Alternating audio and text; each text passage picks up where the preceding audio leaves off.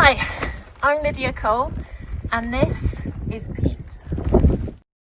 So where are the world's peatlands? Well, pretty much everywhere,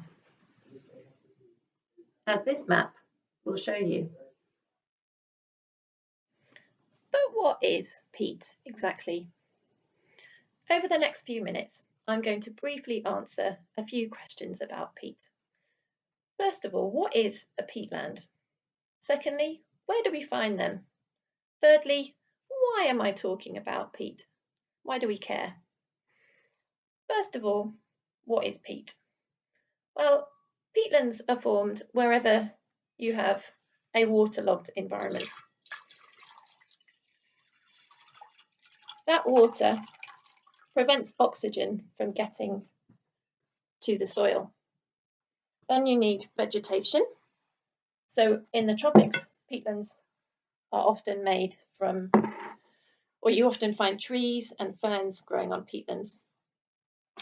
And what happens is they drop their leaves into this waterlogged environment,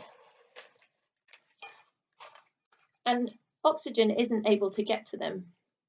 So the bacteria and fungi that grow in this waterlogged environment that usually decompose these leaves and the roots of the trees aren't able to function. And so you get a build-up of this organic matter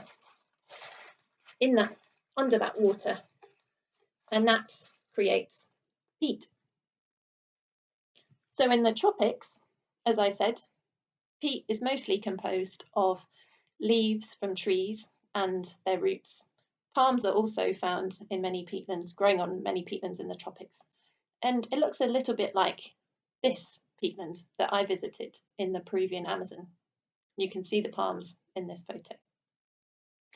In Scotland, for example, peatlands are made mostly not from trees and ferns, but from sphagnum moss that you can see here. This is a video that I took earlier today showing you sphagnum in the field. So sphagnum is the main peat-forming species in Scotland. So what's so special about peat anyway? Well, peatlands are one of the most important ecosystems we have on Earth to help us manage climate change.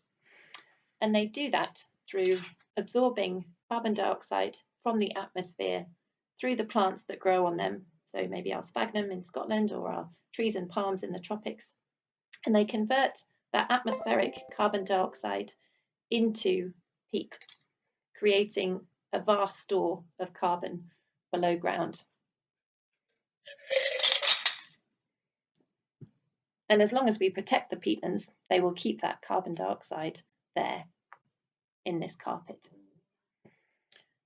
Peatlands are also important, not just for the carbon they contain, but because they are an important habitat for different plants and animals. So we find orangutans living in peatlands in Southeast Asia. We find chimpanzees living in peatlands in Central Africa.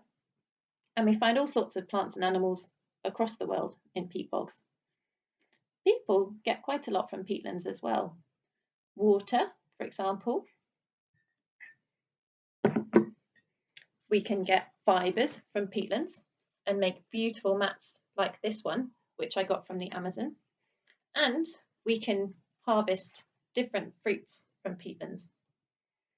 So next time you go to a bog, have a close look and maybe thank peat